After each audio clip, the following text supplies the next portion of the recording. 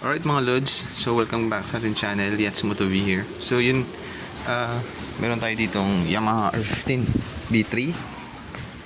Yun. So medyo makalat dito kasi marami akong ginagawa na. Yung sasakyan dun sa labas, natapos na. So dito, yung Civic hindi pa naman natapos yung suspension niya. So bibili pa tayo ng suspension. So dito guys, medyo makalat. Kasi nga, i-repair natin yung mga bearings dyan. Alright, check natin mamaya. Okay. So dito, sa ginawa natin sa R15 natin, general maintenance goods na.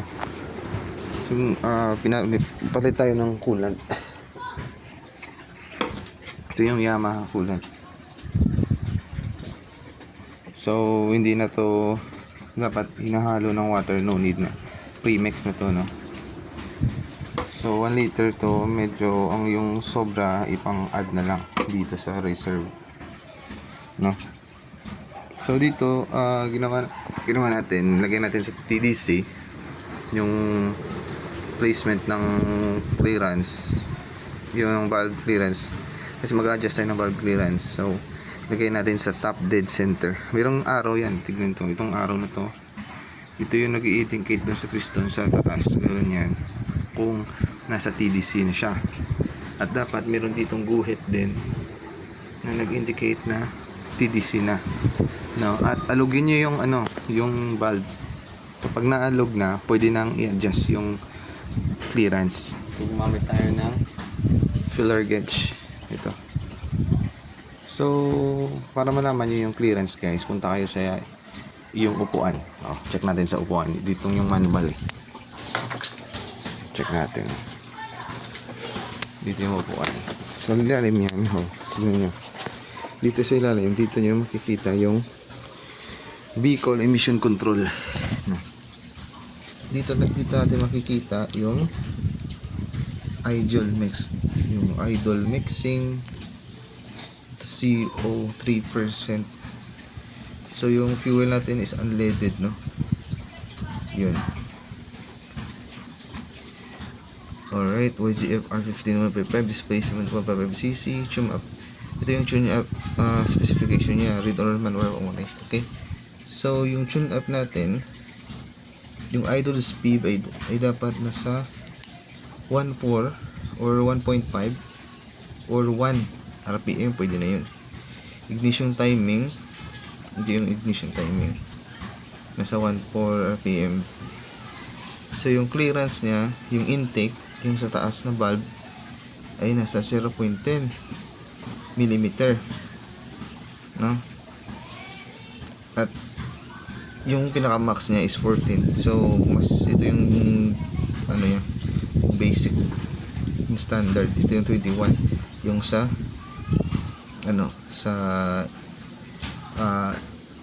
exhaust, no? Sa ilalim, 4 yan eh.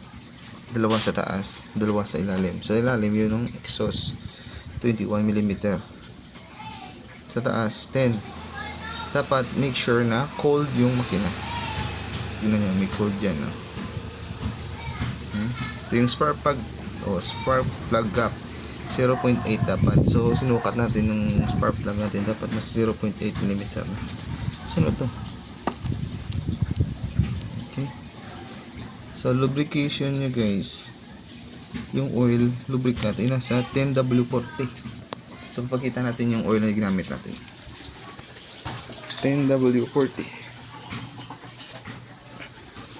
Ito yung ginamit natin oil, Advanced Shell 10W40 yan, fully synthetic. So every 6,000 km ako mag-change oil. Pero kaso gawa ng alaga natin yung motor, dapat nasa 3,000 or 4,000 mag-change na tayo ng oil. So recommended na 6,000, oo nga. Pero kapag may pera ka naman, syempre 4,000 to 3,000 change oil ka para hindi masyado masira yung makina. 3,000 yung recommend ko, 3,500 or 3,000 change kayo. 500 lang to eh. So sa 3,000 na tinakbo mo, may git 2 buwan na yun, no? Depende sa sitwasyon guys. Yun, at yun ang ginagawa natin doon sa R15 natin. So tune up na, oh. So dito sa ilalim, ito yung general na maintenance ng motor natin, no? Hindi pa kasama yung mga bearing, lubrication ng bearing, disc brake, plates, no? So yung coolant natin, dapat i-washing natin mamaya to. Yun. So medyo bagong change oil to. So yung filter niya sa next change oil na change. So ano yun, dapat mag-change oil kayo. Gagawa ko ng video kapag mag-change oil, no? Tara, sound test tayo. At nakalimutan ko yung yung 'di ba? Nalagay natin sa TDC. Bago natin igalawin yung pistol, reset muna natin yung kanyang tensioner. Ito. Make sure guys, hanapin niyo yung rubber ng tensioner niyo. Dapat hindi yun mawala. Kasi ito, pumapasok yung maliliit na likabok doon. Dapat ilagay nyo dyan. May butas yan eh. Bigyan ko kayo ng example. Meron akong ditong luma na na tensioner. Bigyan ko kayo ng example guys.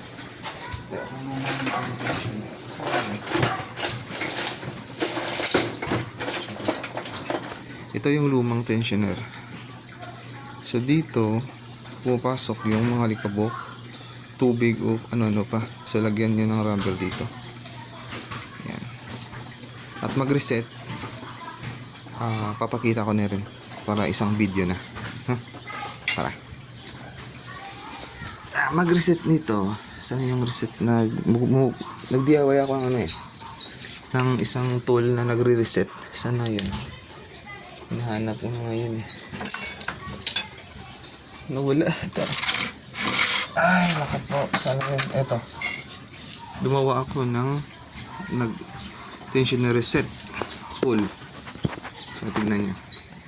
Diba naka-extend yan. Lagay ko naman lagay. Diba naka-extend yan, no? Ito nyo guys, ikutin nyo dito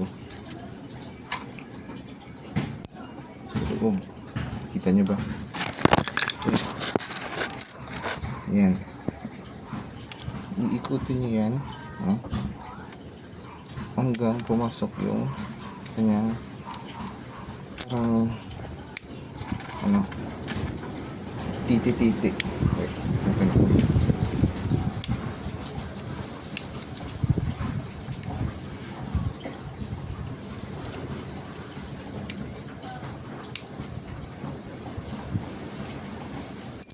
Alright, ito na. Ito na loads, no? Naka-reset na. Ito yung sura kapag na-reset. Yan, hindi yan gagalaw. So, ibig sabihin, so pag na-TDC na natin, lagyan natin to sa loob. At complete na lahat. So, kapag mag-start ka ng motor, hindi pa to pipitik. Pipitik ito kapag nasa 1 point, parang 5 seconds na nag-aandar yung motor. Kasi, pag uiikot na yung chain, pipitik ito. At yung kanyang clearance ng titi depende sa chain adjustment. Kasi kapag nag-reset ka ng chain ng valve clearance, doon din yung chain sa ilalim. So ito yung tutulak ng chain, naghihigpit sa chain para maganda yung takbo ng motor. At ito yung minsan sira sa 6,000 to 4,000 or 3,000 kadalasan odometer nasisira to. So sound test na tayo guys. So make sure nyo guys dito dapat nasa yung coolant dito dapat nasa taas ng full or low or either low. Kasi minsan yung mga excess ng coolant, example naparami kang lagay dito or naparami, no? So yung lang ng excess ay pupunta dito. Minsan ito ay kinakailangan ng reserve, kumukuha kapag nauubos na, nag-evaporate ito. Minsan sa sobrang init, kumukuha yung radiator ng coolant dito. Minsan kapag sobra, nagbibigay siya ng coolant dito. So sound test na tayo mga lods. Let's go. Kasi nung una nagatik yun eh, so try natin. Yun.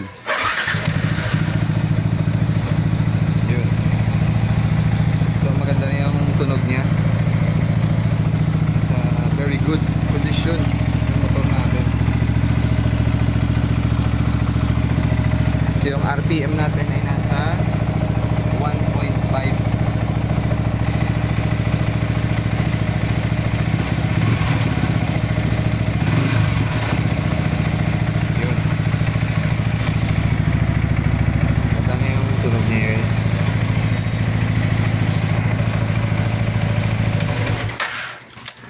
So yung starter natin medyo ano na, yung spark plug natin dapat palitan na rin. So hindi pa ako nakabili ng spark plug.